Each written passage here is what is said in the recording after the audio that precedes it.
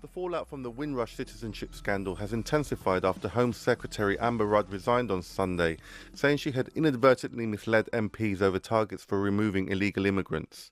Ms Rudd told MPs last week the Home Office did not have targets for removing illegal immigrants, but on Sunday the Guardian newspaper published a letter in which Rudd set out her ambitious but deliverable aim to deport 10% more illegal immigrants over the next few years to Prime Minister Theresa May.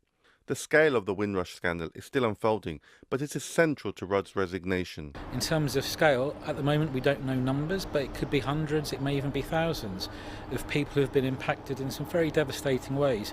Some people have been deported.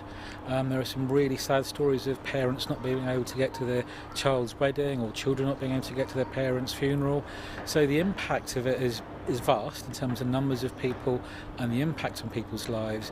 I don't think there's been a scandal this broad or this big in recent years. Since coming to power in 2010, Theresa May's Conservative Party have made more than 45,000 changes to the immigration rules. No other period in British history has seen so many changes in immigration law.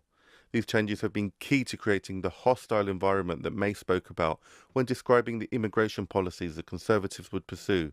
In my day-to-day practice as an immigration practitioner, I see people extremely distressed about the situation that they're in. And actually, I think that because of the rise in immigration fees, because of the cuts in legal aid, a lot more people are going underground and they're not actually regularising their status because they simply cannot afford to do so. While Rudd has had to resign, widespread criticism of the government's handling of the crisis, and especially Theresa May's role in it all, persists. None of us should be living in a hostile environment.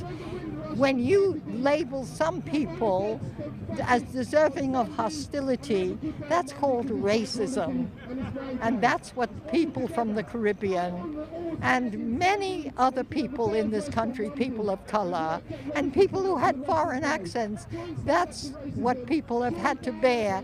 And now everybody knows there is justice to their case. While the government says it will address the issues that led to the Windrush citizenship scandal in a hope of drawing a line under the issue, the damage already done to people's lives will remain, and many are now saying that given Theresa May's central role in the scandal, she too must now resign. Pablo Navarrete, Telesur, London.